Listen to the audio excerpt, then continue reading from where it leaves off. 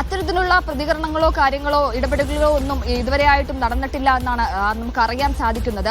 കാരണം ഈ ആരോപണം ഉന്നയിക്കുന്ന വ്യക്തി, അതായത് റിനി, വളരെയധികം വി.ഡി. സതീശനോടക്കം വളരെയധികം ബന്ധമുള്ള ആളാണ് എന്നാണ് നമ്മൾ മനസ്സിലാക്കുന്നത്. റിനി തന്നെ സൂചിപ്പിക്കുകയുണ്ടായി, പ്രതിപക്ഷ നേതാവ് തനിക്ക് പിതൃതുല്യനായിട്ടുള്ള ഒരാളാണ്. ആ തരത്തിൽ താൻ അവിടെ അടക്കം പരാതി പറഞ്ഞിരുന്നു. പല പ്രമുഖന്മാരുമായിട്ടുള്ള ഏറ്റവും മുതിർന്ന നേതാക്കളുമായി താൻ തന്റെ ആശങ്ക പങ്കുവച്ചിരുന്നു, തന്റെ പരാതി പങ്കുവച്ചിരുന്നു. പക്ഷേ അവിടെ നിന്നും തനിക്ക് പോസിറ്റീവായി ഒന്നും തന്നെ ലഭിച്ചില്ല. ഗൗരവകരമായി ഇത് പല നേതാക്കളും എടുത്തില്ല എന്ന് കൂടി റിനി വ്യക്തമാക്കുന്നുണ്ട്. ഇത്തരത്തിൽ പ്രതിപക്ഷ നേതാവിനോടക്കം കാര്യങ്ങൾ പറഞ്ഞപ്പോൾ തനിക്ക് വേണ്ട രീതിയിലുള്ള പരിഗണന കിട്ടിയില്ല, അവരാരും അത് ഗൗരവകരമായി എടുത്തില്ല എന്നാണ് റിനി പറയുന്നത്. ആ ഒരു സാഹചര്യത്തിൽ കൂടിയാണ് താൻ ഇത്തരത്തിലുള്ളൊരു നീക്കത്തിലേക്ക് കടക്കുന്നത്.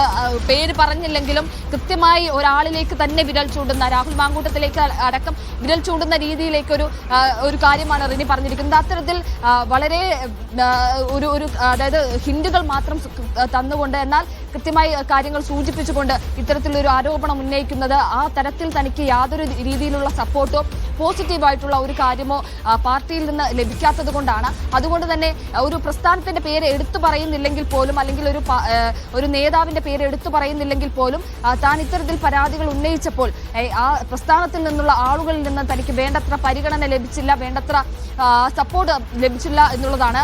ഇനി വരും മണിക്കൂറുകളിൽ അറിയാം എങ്ങനെയാണ് ഒരു നേതൃത്വം ഇതിനെ കൈകാര്യം ചെയ്യുക എന്നുള്ളത്. കാരണം അത്രയധികം ഗുരുതരമായിട്ടുള്ള ആരോപണങ്ങളാണ്. റിനി പറയുന്നത് പോലെ റിനിക്ക് മാത്രമല്ല ഇത്തരത്തിൽ മോശമായിട്ടുള്ള അനുഭവം ഉണ്ടായത്, അശ്ലീല മെസ്സേജുകൾ അയച്ചത്, മോശമായി ഈ നേതാവ് പെരുമാറിയത് എന്നുകൂടി റിനി പറയുന്നുണ്ട്. അത്തരത്തിൽ ആണെങ്കിൽ ഇത് വരും മണിക്കൂറുകളിൽ മറ്റാരെങ്കിലും പുറത്തു വരുമോ, അല്ലെങ്കിൽ മറ്റ് ഇത്തരത്തിൽ ഇരകളാക്കപ്പെട്ട സ്ത്രീകൾ ആരെങ്കിലും പുറത്തു വരുമോ എന്നുകൂടി അറിയേണ്ടതുണ്ട്. ആ ഒരു തരത്തിലാണ് റിനി പറയുന്നതനുസരിച്ചാണെങ്കിൽ മറ്റു സ്ത്രീകൾക്ക് കൂടി ഇത്തരത്തിൽ ഒരു അനുഭവം ഉണ്ടായിട്ടുണ്ട്, അനുഭവം നേരിട്ടിട്ടുണ്ട് എന്നുള്ളതാണ്. അങ്ങനെയാണെങ്കിൽ കോൺഗ്രസിനകത്ത് നിൽക്കുന്ന പ്രാദേശികമായിട്ടൊക്കെ പ്രവർത്തനം നടത്തുന്ന ആളാണ് ഈ റിനി എന്ന് മനസ്സിലാക്കുന്നു. ഒപ്പം തന്നെ വി.ഡി. സതീശൻ ഉൾപ്പെടെയുള്ള മുതിർന്ന നേതാക്കളുമായിട്ടൊക്കെ വലിയ ബന്ധം പുലർത്തുന്ന, ഇല്ലെങ്കിൽ അവരുടെ കൂടെയൊക്കെയുള്ള ഫോട്ടോസൊക്കെ നമ്മൾ കാണുന്നുണ്ട്. അത്തരത്തിൽ വലിയ ബന്ധം പാർട്ടിക്കകത്തുള്ള ഒരാളാണ്. സ്വാഭാവികമായിട്ടും ഇത്തരത്തിലൊരു വെളിപ്പെടുത്തൽ നടത്തുമ്പോൾ ഒരുപക്ഷെ പരാതിയുമായൊക്കെ മുന്നോട്ട് പോകുമ്പോൾ പ്രതിരോധത്തിലാകാൻ സാധ്യതയുണ്ട് കോൺഗ്രസ്. അങ്ങനെയെങ്കിൽ ഇതിനെ ഏത് തരത്തിൽ നേരിടാനായിരിക്കും എളുപ്പവഴിയിലേക്ക് കാര്യങ്ങൾ ആലോചിക്കുക? കാരണം തദ്ദേശ തെരഞ്ഞെടുപ്പ് ഉൾപ്പെടെ മുന്നിൽ നിൽക്കുന്ന സാഹചര്യത്തിൽ എങ്ങനെയായിരിക്കും കോൺഗ്രസ് ഇതിനെ കൈകാര്യം ചെയ്യുകയെന്നാണ് മനസ്സിലാക്കുന്നത്.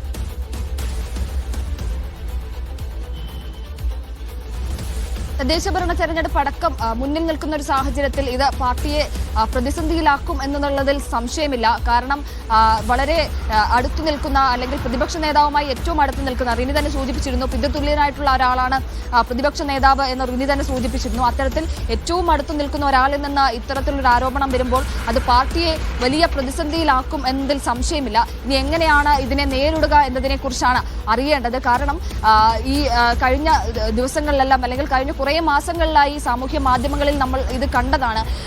പ്രത്യേകിച്ച് രാഹുൽ മാങ്കൂട്ടത്തിനെതിരെ വലിയ രീതിയിലുള്ള ആരോപണങ്ങൾ പലയിടങ്ങളിൽ സോഷ്യൽ മീഡിയയിൽ പ്രചരിക്കുന്നുണ്ടായിരുന്നു.